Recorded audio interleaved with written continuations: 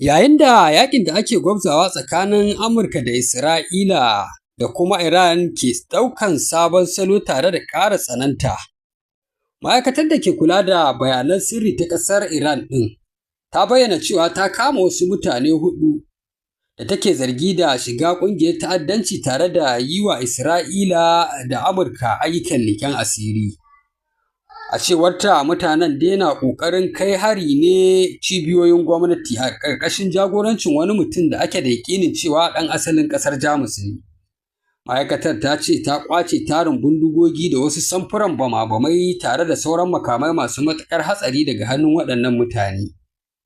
Bugu da ƙari, ta ƙara da cewa an kuma kama wasu mutum 5 da har yanzu ba a bayyana nau'ikan tuhume-tuhumen da ake musu ba.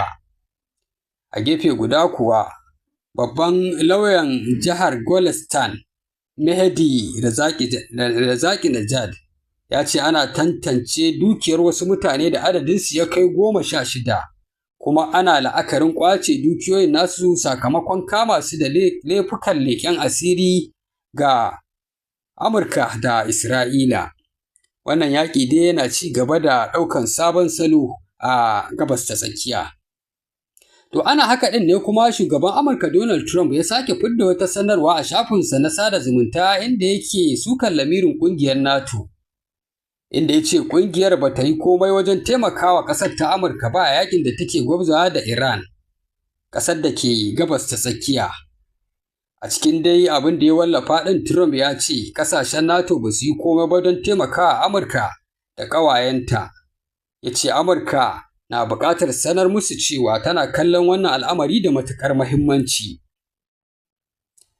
Ita kuwa Isra'ila ta ce ta samu nasarar kashe kwamandan rundunar sojin ruwan Iran a wani hare-hare da ta ce ta kai birnin Bandar Abbas.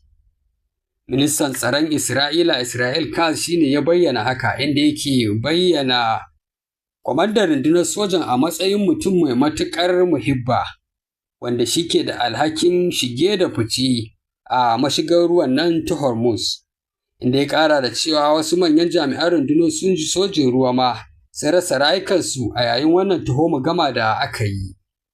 Iran dai har yanzu ba su yi tsokaci a kan wannan lamari ba. A gefe guda kuma, Hukumar Lafiya ta Duniya ta bayyana matuƙar kaɗuwa da damuwa game da halin da ake ciki a ƙasar Cuba, inda ta bayyana cewa ana samun ƙarancin abinci da katsewar wutar lantarki, wadda ke yin mummunan illa ga ayyukan kiwon lafiya a ƙasar ta Cuba.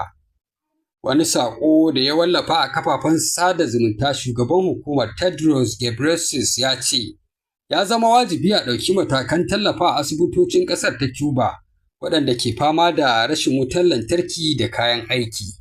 A cewarsa, idan aka ci gaba a halin da ƙasar ke ciki, za a samu mummunar illa ga rayuwar al'umma. Cuba dai na fama da rashin wutar lantarki sakamakon katsewar jigilar mai daga Venezuela zuwa ƙasar tun bayan da Amurka da ƙawayenta suka ƙaddamar da yaƙi a Gabas ta Tsakiya tare da kama shugaban ƙasar na Venezuela, Nicolas Maduro. Rundunar juyin juya halin Iran ta bayyana cewa ta kai wasu hare-hare kan cibiyoyin soja da kuma masana'antun da ke da alaƙa da harkokin nukiliyar Isra'ila a baya-bayan nan. Rahotanni sun nuna cewa Iran dai ta yi amfani da wani samfurin jirgi maras matuƙi da makamai masu linzami da ke da matuƙar hatsari. Sai dai dakarun sojan Isra'ila kuma sun sanar da cewa 'yan mintuna da suka gabata bayan kai wannan hari sun gano sabon harin da